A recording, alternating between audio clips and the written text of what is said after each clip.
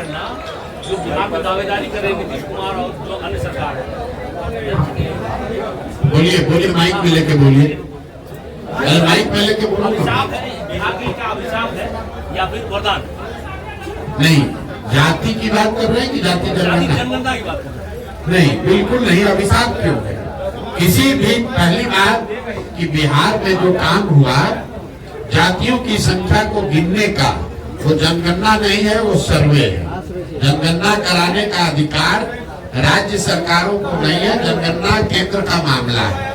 लेकिन उसको आप सर्वे कहिए या जनगणना कहिए, जो सर्वे यहाँ आया उससे कोई दिक्कत नहीं है। सर्वे में तो वही बात निकल के आई जो सब लोग कह रहे हैं कि समाज का एक बड़ा वर्ग जिसके नाम पर पिछले 30-35 साल में राजनीति की गई, जिनके वोट से लोग सत्ता में बैठे, उनकी स्थिति, उनके बच्चों की स्थिति जो आज से 30 वर्ष पहले थी, कमोबेश वही है। जातीय जनगणना सर्वे का जो राजनीतिक फायदा उठाने की लोग कोशिश कर रहे थे, पिछले 1 साल से हम कह रहे हैं इसका कोई राजनीतिक फायदा नहीं हो सकता है। और उसका परिणाम ये है, आप देख लीजिए कि जातिगत जनगणना और सर्वे को देशव्यापी मुद्दा बनाकर भाजपा से लड़ने का दावा करने वाले नीतीश कुमार खुद ही अपना दल छोड़कर भाग गए भाजपा की शरण में। अगर जातिगत सर्वे का कोई चुनावी असर होता तो नीतीश कुमार छोड़कर भागते नहीं। ये सीधा दिखाता है, कोई भी सर्वे, कोई भी जनगणना अगर आप करते हैं, समाज के विभिन्न भागों के वर्गों की स्थिति के बारे में अगर सरकार को उसके बारे में बेहतर जानकारी होती है तो उसमें कोई नुकसान नहीं है। लेकिन सिर्फ जानकारी हो जाने मात्र से लोगों की स्थिति नहीं सुधरेगी। ये जनगणना का विषय नहीं है। पूरे देश को मालूम है कि बिहार देश का सबसे गरीब राज्य है, ये जानकारी तो सरकार के पास है। तो उससे क्या यहाँ गरीबी खत्म हो गई? पूरे देश को मालूम है कि बिहार सबसे अशिक्षित और बेरोजगार राज्य है, तो क्या यहाँ उससे शिक्षा की स्थिति सुधर गई? ये तो ऐसे हुआ कि आप पुस्तकालय में, लाइब्रेरी में जाइएगा, आपको सारे किताब रखे हुए, उससे आप ज्ञानी थोड़े ना हो जाइएगा, आपको सही किताब पढ़ना भी पड़ेगा। तो जनगणना से जो स्थिति निकल के आई उससे स्पष्ट है कि बिहार में गरीबी, अशिक्षा, भ्रष्टाचार, भुखमरी बहुत बड़े पैमाने पर है। और जिन वर्गों के नाम पर लालू जी, नीतीश जी ने पिछले 30 वर्ष में राज किया, उन वर्गों के लोगों को इसका कोई लाभ नहीं मिला है। ये बात पहले उनके विरोधी कहते थे। जनगणना कराकर नीतीश कुमार, लालू यादव ने वो कीचड़ अपने आप अपने मुंह पर लपेट लिया। ये स्वीकार कर लिया कि जिन वर्गों के प्रतिनिधित्व की, आवाज की, एम्पावरमेंट की बात कर रहे थे, उन वर्गों को पिछले 30-35 साल में कोई लाभ नहीं मिला। ये जो कहा जा रहा है कि सत्ता में जो लोग बैठे हैं, तो भाई ये बताइए कि अगर जो समाज में अति पिछड़ा है, जो वंचित है, जो मुसलमान है, दलित है, महादलित है, अगर उसको लाभ नहीं मिला तो उसके लाभ का हकमारी किसने किया? जो लोग सत्ता में बैठे हैं उन्होंने तो किया। तो सत्ता में 32 साल से बैठा कौन है? लालू और नीतीश। तो अगर हकमारी हुई तो सबसे बड़ी हकमारी लालू और नीतीश ने की है। इनको किसने रोका है? आज अभी सरकार में थे लालू नीतीश, साथ में किसी अल्पसंख्यक को गृह मंत्री बना देते, उप मुख्यमंत्री बना देते। तो जब सरकार बनी तो मुसलमानों के वोट से आरजेडी जो अपनी राजनीति करती है, उन्होंने मुसलमानों को एक भी विभाग नहीं दिया। अभी राज्यसभा में अपना भेजे हैं एमपी, राज्यसभा में किसी मुसलमान को नहीं भेजा। मुसलमानों को भाजपा का डर दिखाकर वोट लिया, लेकिन उनको प्रतिनिधित्व नहीं दी, भागीदारी नहीं दी। तो किसने भागीदारी की? भाई प्रशांत किशोर तो है नहीं, कांग्रेस तो वहाँ है नहीं, सत्ता में है आरजेडी, और मुसलमानों ने वोट दिया है आरजेडी को। और उसके बावजूद अगर आरजेडी आपको हक नहीं दे रही है तो आपका हकमारी वही कर रही है। यही हाल नीतीश कुमार ने किया। 15 साल से अति पिछड़ा, दलित, महादलित का वोट लिया, लेकिन कितने अति पिछड़ों को कोई विभाग दिया? कितने अति पिछड़ों को सामाजिक राजनीतिक जगह दी? अपने विभाग में, अपने मंत्रिमंडल में कितने महादलित को जगह दिया है? आप जरा देख लीजिए। उनके अगल बगल बैठने वाले जो लोग हैं वो किस समाज के लोग हैं, वो कितने अति पिछड़ों को बगल में बैठा है। यहाँ का गृह मंत्रालय, यहाँ का वित्त मंत्रालय, यहाँ का ग्रामीण विकास, जल संसाधन, पथ निर्माण, ग्रामीण कार्य, ये जितने बड़े विभाग हैं इसमें कोई अति पिछड़ा, कोई मुसलमान नहीं है। और इसी अति पिछड़ा और मुसलमान के नाम पर 30 वर्ष से ये लोग राज कर रहे हैं दोनों लोग। तो जब ये जो सर्वे हुआ, ये सर्वे करके जैसे विनाश काले विपरीत बुद्धि, ज्यादा चालाक बनिएगा तो यही होगा। ऊपर वाले ने आप ही के हाथ से ये स्वीकार करा दिया, प्रमाण दे दिया कि जिस 30 साल से मुसलमानों के अति पिछड़ों के, महादलित के, वंचित के नाम पर आपने वोट किया, उनको आपने कोई हक नहीं दिया। उनकी आर्थिक, सामाजिक, शैक्षणिक स्थिति जैसे 30 साल पहले थी वही आज बनी हुई है। क्या जन स्वराज जो है, क्या जन स्वराज जमीन तैयार कर रही है पद यात्रा के माध्यम से? बिल्कुल होनी चाहिए। मैं पहले भी कह चुका हूँ, जनगणना राष्ट्रीय स्तर पर होनी चाहिए। उसमें जनगणना के दौरान जो जानकारी निकल के आए उस पर ईमानदारी से उसकी स्थिति में सुधार के लिए प्रयास भी होना चाहिए। अब आप स्थिति देखिए, राहुल गांधी आज इस देश में कह रहे हैं कि जाति के आधार पर जनगणना होना चाहिए। उनसे कोई ये नहीं पूछ रहा है कि जब पिछला जनगणना हुआ तब कांग्रेस की यूपीए की सरकार थी, उसमें जाति के आधार पर जनगणना कराया गया। कांग्रेस की यूपीए की सरकार ने उस रिपोर्ट को रिलीज नहीं किया। आपको किसने रोका था रिलीज करने के लिए? आज समाज को बांटने के लिए हल्ला मचा रहे। अरे जातिगत जनगणना तो पहले हो चुका है, उसको रिलीज तो कीजिए। ना कांग्रेस ने किया, ना भाजपा ने किया। ये आपको हमको बेवकूफ बनाने के लिए, मुद्दा बनाने के लिए, समाज में बांटने के लिए लोग कह रहे हैं। 10 वर्ष यूपीए की सरकार थी, जनगणना हुआ है, उस जनगणना के रिपोर्ट को जारी कर दीजिए।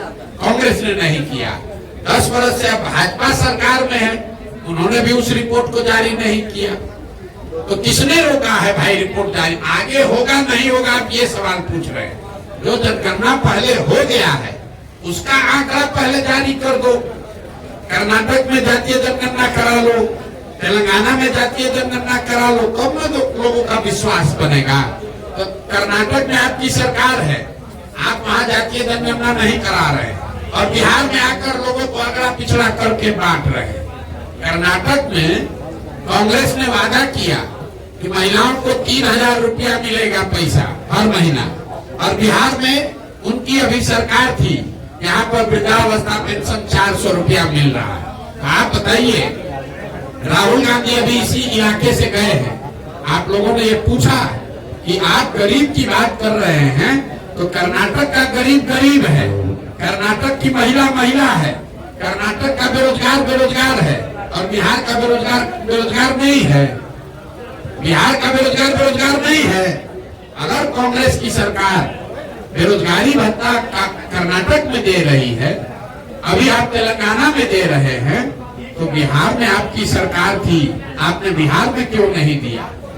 अगर मध्य प्रदेश में भाजपा वालों ने लाडली स्कीम शुरू किया है, अगर वहां की महिलाओं को 1500 रुपया महीना मिल रहा है, तो भाजपा अभी बिहार में सरकार में है, यहाँ पर क्यों नहीं 1500 रुपया देता है महिलाओं? हम लोग तो मध्य प्रदेश से ज्यादा गरीब हैं, क्यों नहीं दे रहे? इसलिए नहीं दे रहे हैं कि नेताओं ने बिहार की जनता को मूर्ख समझ रखा है कि जाति के नाम पर 4 किलो अनाज के नाम पर वोट लेते रहो, बिहार की चिंता करने की कोई जरूरत नहीं। एक मिनट रुक जाइए। आज मोदी जी आए हैं चंपारण में, और अभी हम पहले से बता दे रहे हैं, अभी पूरा देश में घूम के अभी मेट्रो आज कलकत्ता में उद्घाटन किए हैं, 2 दिन के बाद जा रहे हैं सेमीकंडक्टर फैक्ट्री का उद्घाटन करने गुजरात में। पूरे जगह योजना का उद्घाटन हो रहा है। बिहार में एक भी घोषणा नहीं करेंगे। बिहार में लोगों को बेवकूफ बनाने के लिए ये जो नेशनल हाईवे पास हो रहा है, किसी को कह देता है कि 10,000 करोड़ का योजना है। अरे भैया, आपको बंगाल को कनेक्ट करना है, असम को कनेक्ट करना है, तो बिहार के होके ही तो रास्ता जाएगा। मोदी जी अगर आज आ रहे हैं, ये बता दें कि बिहार में चीनी मिल कब चालू होगा। 2014 में मोदी जी ने कहा था कि जब मोतिहारी में जो चीनी मिल है, इससे बनी चीनी का चाय पिएंगे तब बिहार में वोट मांगने आएंगे।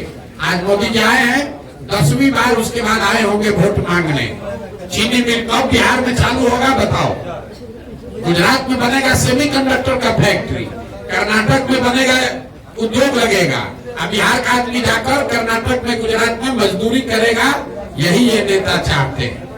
एक सवाल है, आप चुनावी रणनीतिकार रहे हैं, कई बड़ी पार्टियों को आपने जिताया भी है, आखिर जन स्वराज की स्थापना है, क्या विजन आपकी लोग आपको वोट ऐसा क्या किया आपने आने वाले समय में लोग आपको वोट करें, आपको विश्वास है? किसी ने यहाँ सुना कि हमने जन स्वराज पार्टी बनाया है और आपसे वोट मांगे हैं?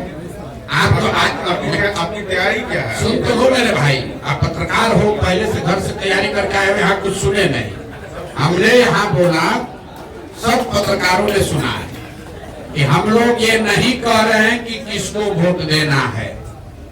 हम ये कह रहे हैं कि वोट जिसको दो अपने बच्चों के लिए दो, और वोट मुफ्त में मत दो। हम जब वोट आपसे मांग ही नहीं रहे हैं, आप कह रहे हैं कि आप पर भरोसा क्यों कर रहे हैं? आपकी रणनीति क्या रहेगी? मेरी रणनीति आपको, अगर आपको शंकर जी का त्रिनेत्र के से दिख रहा है, हमको तो नहीं दिख रहा है। हमको ये दिख रहा है कि हमको पदयात्रा पूरी करनी है। हमें ये दिख रहा है कि हमको बिहार के जनता को जागृत करना है। हमें ये दिख रहा है कि बिहार के गांव-गांव से ऐसे लोगों को इकट्ठा करना है जो बिहार में नया दल बनाना चाहता है। जब दल बन जाएगा तो उसके आगे की रणनीति भी आपको दिखाएंगे और आपको बताएंगे भी बुलाकर की रणनीति क्या है। आप हमसे ज्यादा घबराए हुए आप क्यों हैं? हम तो कह नहीं रहे कि हम चुनाव लड़ रहे हैं, आप तो चुनाव की इतनी चिंता क्यों है भाई? वही आपने कहा इसी पदयात्रा के दौरान आपने बनाया, आपने कहा कि आप एक राजनीतिक कार्यकर्ता जी, एक राजनीतिक कार्यकर्ता के नाते किस पार्टी को आप चाहेंगे कि सबसे बेहतर सपोर्ट करना चाहेंगे? मैं आपने कहा किस पार्टी को सपोर्ट करना चाहे, यही कह रहे हैं ना? सुन तो लो मेरी बात। लोकसभा चुनाव में सब, इसी देश के संविधान में वोटिंग जो है वो सीक्रेट है। क्यों सीक्रेट है? संविधान बनाने वालों ने कह दिया होता कि हर आदमी को पत्रकारों के सामने खड़ा होकर अपना वोट देना है। जैसे नागरिक होने के नाते आपको वोट देने का अधिकार है, वैसे हमको भी अधिकार है, हम जिसको अच्छा समझेंगे उसको वोट देंगे। लेकिन जन स्वराज इत्मीनान से रहो। काहे अभी इतना उतावला हो रहा है? मकसद आप 3 को बोले सुनाई नहीं पड़ा? पहला मकसद है जन जागृति, दूसरा मकसद है दल बनाना, और तीसरा मकसद है बिहार के विकास के लिए योजना बनाना। ये तीनों काम होगा तब उसके बाद आपसे बात करेंगे। 18 अब करेंगे नहीं, 18 महीना से कर रहे हैं। जितने 75 साल में किसी ने मेहनत न की हो, 18 महीना से अपना घर परिवार छोड़कर गांव-गांव घूम रहे हैं। इसके बावजूद आप कह रहे हैं कि आप ऐसे घूम रहे हैं, आपकी समझ ज्यादा है, हमारी कम है। मेरा 2 सवाल था। पहला क्या था, बिहार आप घूम चुके हैं जी, तो क्या आपको इस उद्देश्य से चल रहा है, उसका आउटकम दिख रहा है? पहला सवाल बताइए। आउटकम, अगर आपको आउटकम आप क्या चाहते हैं? हमारे जो 3 उद्देश्य हैं, उद्देश्य जो है, मुझे ऐसा लग रहा है कि गांव-गांव में जहां पर भी हम लोग गए, लोग इस बात को मान रहे हैं। मान नहीं रहे तो हजारों की संख्या में जुड़ कौन रहा है? अभी हम यहाँ आए हैं, यहाँ कौन जुड़ा है? हम यहाँ कोई सांसद तो है नहीं, विधायक है नहीं, कुछ रेबड़ी बांटे नहीं, गाड़ी बस भेजे नहीं, लोग क्यों आ रहे हैं? गांव-गांव में लोग समझ रहे हैं कि नहीं, अगर बिहार में सुधार करना है तो जब तक लोग यहाँ अपने आप में सुधार नहीं करेंगे, तब तक सिर्फ दलों को बनाकर वोट देने, जिताने, हराने से बिहार में सुधार नहीं होगा। दूसरी बात आपने कहा, दूसरा जो उद्देश्य है दल बनाने का, तो जब पदयात्रा शुरू की थी तो मेरा लक्ष्य था कि हर प्रखंड से 20 लोगों को निकाला जाएगा जो नया दल बनाना चाहते हैं। पदयात्रा का लक्ष्य था हर प्रखंड से 20 लोगों को चुनकर निकालना जो नया दल बनाना चाहता है। आज जहाँ पदयात्रा हो गई है वहाँ पर 2000 से 2500 लोग ऐसे हैं जो नया दल बनाने के लिए इसमें जुड़ रहे हैं। आप देख रहे हैं कटिहार में आपके यहाँ मैं आया हूँ, अभी हम यहाँ पदयात्रा किए नहीं है और अभी हजारों की संख्या में लोग जन स्वराज से जुड़े हुए हैं। तीसरा, आपने कहा कि जो पद आपको क्या दिख रहा है, हर गांव में जहां हम लोग जाते हैं लोग अपनी समस्या बता रहे हैं, लिखवा रहे हैं, ये समझा रहे हैं कि क्या करने से दशा सुधरेगी। तो मैं पदयात्रा और मेरे प्रयास को इन्हीं 3 बिंदुओं पर जांचता। इसके आगे चुनाव में क्या होगा, कौन सा चुनाव लड़ा जाएगा, जब दल बनेगा चुनाव लड़ेंगे तब उस समय उसको नाप लेंगे। अभी तो इन 3 उद्देश्यों से जो पदयात्रा कर रहे हैं उस पर दिख रहा है कि जनता ने इसको लेकर उत्सुकता या बेहतर समझ बन रही है। दूसरी बात हम कहना चाह रहे थे कि आपको जो कि पॉलिटिकल एनालिसिस करते हैं, राजनीतिक रणनीति कर रहे हैं, तो अभी जो सुप्रीम कोर्ट फैसला दिया है इलेक्टोरल बॉन्ड को लेकर के 10 मार्च तक एसबीआई को दिया है कि वो रिपोर्ट चुनाव आयोग को देगी, लेकिन एसबीआई कल डिमांड कर रहा था कि हमको जून तक का समय चाहिए। आप क्या इसके बारे में समझ? भैया, जो लोग इलेक्टोरल बॉन्ड के बेनिफिशियरी हैं, इसको ध्यान से सुन लीजिए। जिन लोगों को इलेक्टोरल बॉन्ड का, जिन पार्टियों को सबसे ज्यादा लाभ मिला है, वो क्यों चाहेंगे कि चुनाव से पहले ये पंडोरा बॉक्स खुल जाए कि किस पार्टी को किस उद्योगपति ने पैसा दिया।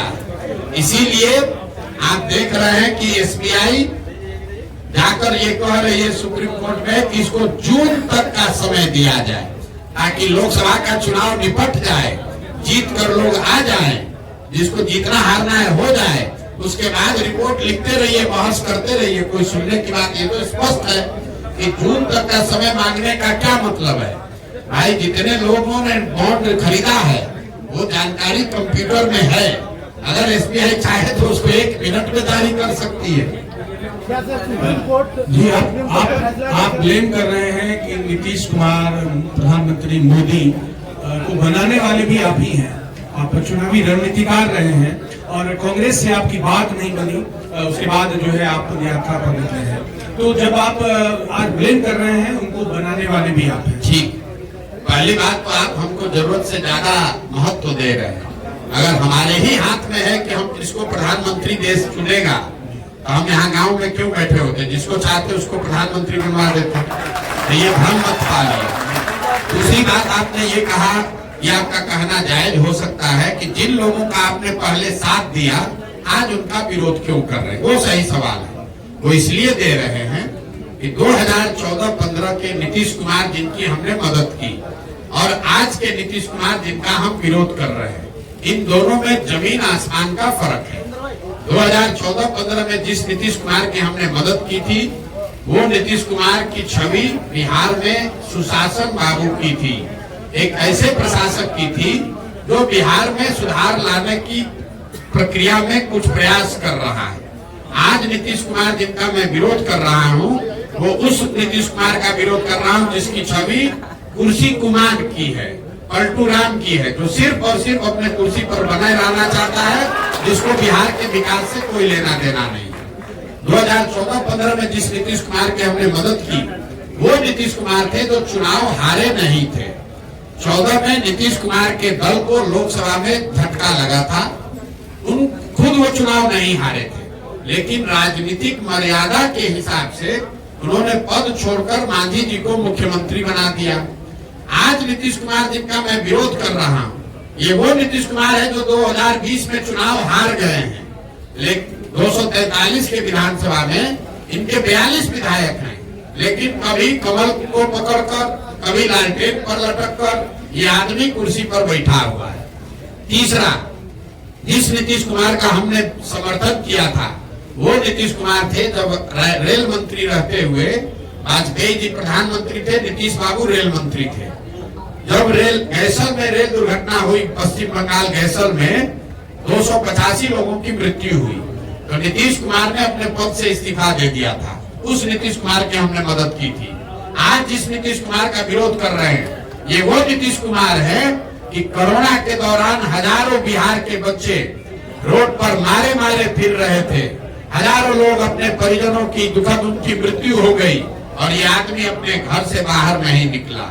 ये जिस नीतीश कुमार का विरोध कर रहे हैं कि हर पंचायत गांव में अवैध शराब से लोगों की मृत्यु हो रही है और ये आदमी पॉकेट में हाथ डालकर हंसकर कह रहा है कि जो पिएगा वो मरेगा।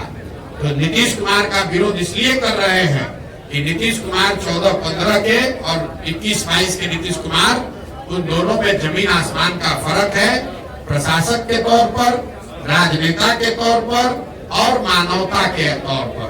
लेकिन इससे बड़ी बात, सबको जिनको मदद किया उनका विरोध अगर किसी का कर रहे हैं, क्यों कर रहे हैं? इसलिए कर रहे हैं कि लोकतंत्र में वोट और भरोसा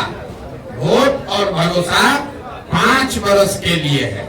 संविधान में ये नियम बना है कि आप 5 वर्ष पर चुनाव होगा। ऐसा क्यों है?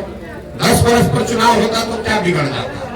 5 वर्ष का ये नियम इसलिए है कि जिस नेता पर, दल पर, विचारधारा पर भी आपका भरोसा है, उसके साथ आप खड़े होइए, उसको वोट दीजिए, उसको मदद कीजिए। लेकिन वो वोट भरोसा 5 वर्ष के लिए है, जीवन भर का बंधुआ मजदूरी नहीं है। एक बार आपने मोदी जी को वोट दे दिया, मोदी जी काम करे चाहे न करे, जीवन भर उन्हीं को वोट देते रहेंगे। और अगर उन्होंने वोट में काम नहीं किया तो संविधान ये आपको बताता है कि नागरिक होने के नाते आपकी ये जिम्मेवारी है कि जिसकी मदद आपने की, जिसको आपने वोट दिया, अगर वो नेता और दल आपके आशा के अनुरूप काम नहीं किया तो जितनी मजबूती से आपने उसका साथ दिया है, उससे ज्यादा मजबूती से उसका विरोध भी होना चाहिए। अगर आप विरोध नहीं करोगे और आपके अगर हिसाब से चले, तब तो देश में लोकतंत्र खत्म कर दीजिए। एक बार लालू जी को वोट दे दिए तो फिर लालू जी का विरोध नहीं कर सकते हैं। एक बार आप नीतीश जी का साथ दे दिए तो नीतीश जी का विरोध नहीं कर सकते हैं। एक बार मोदी जी को वोट दे दिए, अब जीवन भर मोदी जी को वोट देने की जरूरत देते रहिए। ऐसा लोकतंत्र में नहीं हो सकता है। लोकतंत्र में 5 वर्ष का मूल्यांकन का समय है। हर नागरिक को, सिर्फ प्रशांत किशोर को नहीं, ये आपको अधिकार है कि आप जिसको वोट देना है दीजिए। जब वो आदमी काम करे तो उसको फिर से उसका कॉन्ट्रैक्ट, उसका लाइसेंस रिन्यू कीजिए वोट देके। अगर काम नहीं किया तो उसका लाइसेंस रद्द कीजिए, किसी दूसरे का चुनाव कीजिए। वाल्मीकि नगर से चुनाव लड़ेंगे, लोकसभा चुनाव। आप हमको एक पैसा भी नहीं जानते हैं। जिन लोगों ने, पत्रकारों ने लिखा है, वो प्रशांत किशोर को एक पैसा नहीं जानता है।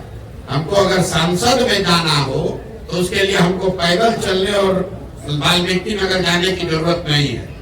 देश के जिस राज्य पर आपको उंगली रखना है रख दीजिए, वहां से जीतकर राज्यसभा लोकसभा में जाकर आपको दिखा सकते हैं। आपको किस चक्कर में आप पड़ेंगे? हमको लोकसभा राज्यसभा में जाना होगा तो हमको वाल्मीकि नगर जाना पड़ेगा। उसके लिए हमको उसके लिए पदयात्रा करना पड़ेगा। हम दूसरे को, अभी आपको आप प्रधानमंत्री बनाते हैं, हमको अपने लड़ने के लिए लोकसभा जाना पड़ेगा वाल्मीकि नगर। मेरे भाई 2018 में, आपको याद नहीं है, 2018 में हमने बिहार की धरती से घोषणा की है कि अगले 10 वर्ष मतलब 2028 तक किसी भी लोकसभा या राज्यसभा में जाने का कोई सवाल ही नहीं पैदा होता है। क्योंकि मैं ये समय बिहार को सुधारने के लिए लगाना चाहता हूँ, न कि राज्यसभा लोकसभा में जाने के लिए। राज्यसभा लोकसभा जाने का कोई सवाल नहीं है। सिर्फ और सिर्फ मेरा एक लक्ष्य है बिहार को अगले 10 वर्ष में सुधारना, और उसके लिए जो कुछ भी करना पड़ेगा वो करने आए हैं। वाल्मीकि नगर में चुनाव लड़ना और रक्सौल से चुनाव जीतना, ये चिंता दूसरों को करने दीजिए, हमारी चिंता वो नहीं है। सर, पैदल यात्रा जैसे आपका खत्म हो जाएगा, क्या बिहार में चुनाव लड़ेंगे? मेरे भाई, जब पदयात्रा का उद्देश्य ही यही है कि दल बनाया जाए, तो दल बनाकर उसके बाद लंगर तो चलाएंगे नहीं। अगर रात पदयात्रा के बाद दल बनेगा तो निश्चित तौर पर उसके बाद जो चुनाव होगा वो चुनाव लड़ा जाएगा। अब नीतीश कुमार की स्थिति क्या होने वाली है सर? नीतीश कुमार के बारे में हमने आज से 4-5 महीने पहले कहा था कि महागठबंधन से अगर चुनाव लड़ेंगे तो 5 भी लोकसभा उनको नहीं मिलेगा। अब आजकल वहां से डर के मारे भागे, हमारी बात सुनकर पार्टी में खलबली मची, भागे वहां से। उनको मालूम होगा भैया प्रशांत किशोर कह रहा है तो 5 को सीट तो नहीं मिलेगा। अब जहां गए हैं, अब नई भविष्यवाणी आपको उनके लिए कर दी है। नीतीश कुमार अगर एनडीए में लड़े, महागठबंधन में लड़े, अकेले लड़ जाए। 2025 में अगर बिहार का विधानसभा का चुनाव, याद रखिए, इसको रिकॉर्ड कर लीजिए, 2025 में अगर विधानसभा का चुनाव हुआ तो नीतीश कुमार चाहे भाजपा के साथ लड़े, महागठबंधन के साथ लड़े कि अकेले लड़ जाए, उनके दल को, जदयू को 20 विधायक नहीं आएगा। अगर आएगा तो बिहार की जनता के सामने खड़ा होकर ये गलती के लिए माफी मांग लेंगे। नहीं आ सकता। दो बातें कही हमने, 25 में चुनाव हो और नीतीश कुमार जिस भी फॉर्मेशन में लड़ना है लड़ ले, जदयू को 20 विधायक नहीं आएगा। लोकसभा में सर एक लोकसभा में उनका क्या है भाई? लोकसभा तो मोदी जी लड़ रहे हैं, जब नीतीश कुमार को कौन पूछ रहा है? कोई लोग ही नहीं है, न लालच है। आपने कहा कि हम ना कोई पार्टी बना रहे हैं, ना हमको सांसद का लड़ना है सांसद। तो फिर सर लोग क्या समझे? क्योंकि आज तक जितने भी लोग आए किसी न किसी प्रकार से हम बिहारियों को ठगा है। तो सर न आपको कोई लोभ नहीं है, न लालच है, तो फिर महात्मा गांधी बनने के रास्ते पे चले हुए हैं क्या? हम बिहार के वो लड़का है, बिहार के वो बेटा है जो ये समझता है कि बिहार में सुधार के लिए हमें, मेरे पास जो भी शक्ति बुद्धि साधन भगवान ने दिया है, मुझे वो सब दांव पर लगाने की जरूरत है। ऐसा हम इसलिए समझते हैं कि इसी मिट्टी में हमारा जन्म हुआ है। अगर हमारी हिम्मत नहीं होगी बिहार में सुधार करने की या सुधार के लिए प्रयास करने की, तो बिहार में किस बेटा की हिम्मत होगी ये प्रयास करने की? आप हमको बता दीजिए। और अगर हम नहीं करेंगे तो दूसरा कौन करेगा? ये बिहार की मिट्टी का कर्ज है, उस कर्ज को अदा करने के लिए ये काम कर रहे हैं। एमएलए एमपी बनने के लिए नहीं कर रहे हैं। फिर से आपको दोहरा देते, देश में शायद ही कोई ऐसी पार्टी है, कोई राज्य है जो जिसको हम जाकर कहे कि हमको एमएलए विधायक मंत्री बना दो और हमको कोई ना कहेगा। लेकिन हमारा लक्ष्य वो नहीं है। हमारा जीवन का लक्ष्य है अगले 10 वर्ष में बिहार को देश के 10 अग्रणी राज्य में शामिल कराना, और उसके लिए जो कुछ भी करना पड़ेगा वही करेंगे। जब हम आकर ये अभियान शुरू किए, आप में से बहुत सारे पत्रकारों ने कहा अरे कितना दिन चलेंगे, इधर भाग जाएंगे। 18 महीना से चल रहे हैं। आप भरोसा रखिए, यहाँ खड़ा होकर देखिए, अगर 18 साल भी लगेगा तो भी पीछे हटने वाले नहीं है। आप प्रशांत किशोर को नहीं जानते, आप प्रशांत किशोर को नहीं जानते। एक बार जीत करके ठान लिया तो दुनिया की कोई ताकत हमको इससे हिला नहीं सकती। सर कोई नहीं हिला सकता। सर एक सवाल है सर, प्रशांत किशोर है कौन? यहाँ बिहार के बेटा है। दूसरी सवाल, पद यात्रा या पद के लिए यात्रा? मेरे भाई एक ही सवाल को जितने बार घुमाओगे, लगातार पूरे देश में कहीं न कहीं यात्रा का दौर चला हुआ है। कभी न्याय यात्रा, तो कभी जन विश्वास यात्रा, तो हर लोग कहीं न कहीं अपने पद के लिए यात्रा कर रहे हैं। तो आपकी यात्रा को क्या समझा जाए? अब आपकी समझ पे मुझे हंसी भी आ रही है और तरस भी आ रहा है। हम 18, आपने कहा कि देश में कई यात्राएं चल रही है। कौन आदमी देश में 18 महीना से गांव गांव चल रहा है, उसका नाम बता दीजिए। कौन आदमी चल रहा है देश में गांव गांव जिसका कोई दल नहीं है? कौन आदमी चल रहा है यात्रा पर या जनता के पास जा रहा है जो ये कह रहा है कि हमको वोट नहीं देना भैया? कौन आदमी, सुनो बात मेरी बात, कौन आदमी है जो बिना सुरक्षा के, बिना सिपाही के, बिना लाभ का आपके चल रहा है? आप यहाँ खड़ा होकर भैया 100 लोग कर रहा है।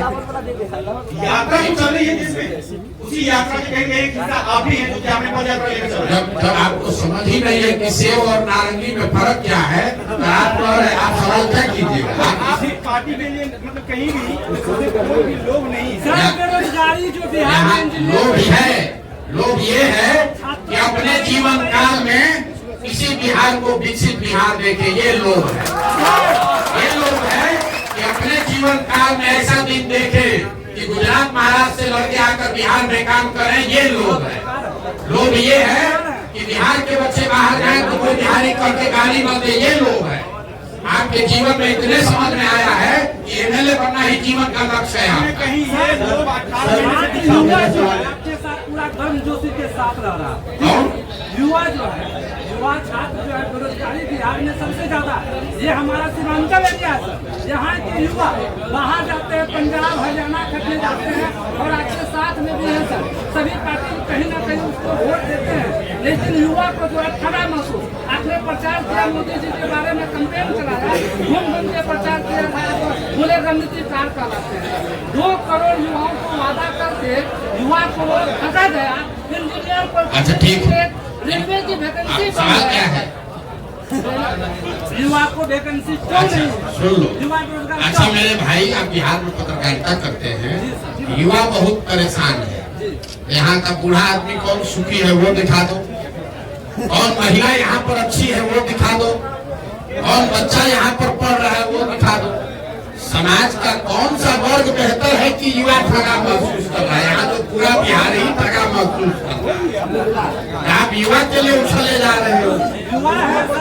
अरे मेरे भाई, अगर ऐसा है, अरे सुनो ना, क्या सेवा करोगे? अपना ठिकाने नहीं है, सेवा क्या करोगे? यहाँ का बच्चा अगर बढ़िया पढ़ रहा होता तो आप कहते कि भैया बच्चा सब तो पढ़ रहा है, युवा को रोजगार नहीं मिल रहा। अगर यहाँ के बुजुर्ग की सरकार चिंता कर रही होती तो आप कहते बुजुर्गों का तो हो रहा है, युवाओं के लिए नहीं हो रहा है।